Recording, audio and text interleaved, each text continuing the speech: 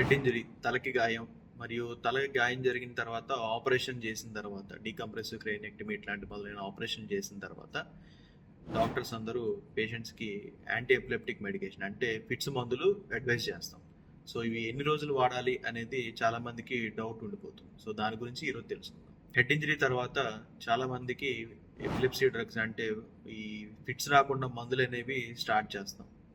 ఈ మందులు ఎందుకు స్టార్ట్ చేస్తామంటే ఒక్కసారి బ్రెయిన్ డ్యామేజ్ అయిన తర్వాత కనెక్షన్స్ అనేవి కరెంట్ అనేది తలలోంచి బ్రెయిన్లోంచి వచ్చే కరెంటు ప్రాపర్గా కండక్ట్ అవ్వడానికి ఒక్కొక్కసారి బ్లడ్ కానీ డ్యామేజ్ అయిన బ్రెయిన్ వల్ల కానీ కొంచెం షార్ట్ సర్క్యూట్స్ లాంటివి అవుతూ ఉంటాయి. ఇట్లా అయినప్పుడు వాళ్ళకి ఫిట్స్ రూపంలో బయటపడతా ఉంటుంది. సో ఇవి ఎన్ని రోజులు వాడాలి అనేది చాలా మందికి డౌట్ ఉంటుంది.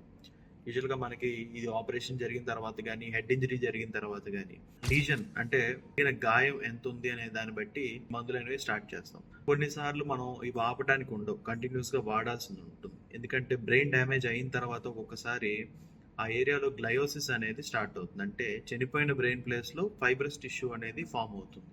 ఇది వచ్చినప్పుడు ఫిట్స్ వచ్చే అవకాశం ఎక్కువ. ఇట్లాంటి కండిషన్స్ ఉన్న వాళ్ళు, హెడ్ ఇంజరీ ఉన్న వాళ్ళు, ఇట్లాంటి వాళ్ళు ఈ ఫిట్స్ మందులు అనేవి స్కిప్ చేయకుండా ప్రతిరోజు వాడాల్సి వస్తుంది. మరిన్ని వివరాల కోసం మన ఛానల్ని సబ్స్క్రైబ్ చేయండి.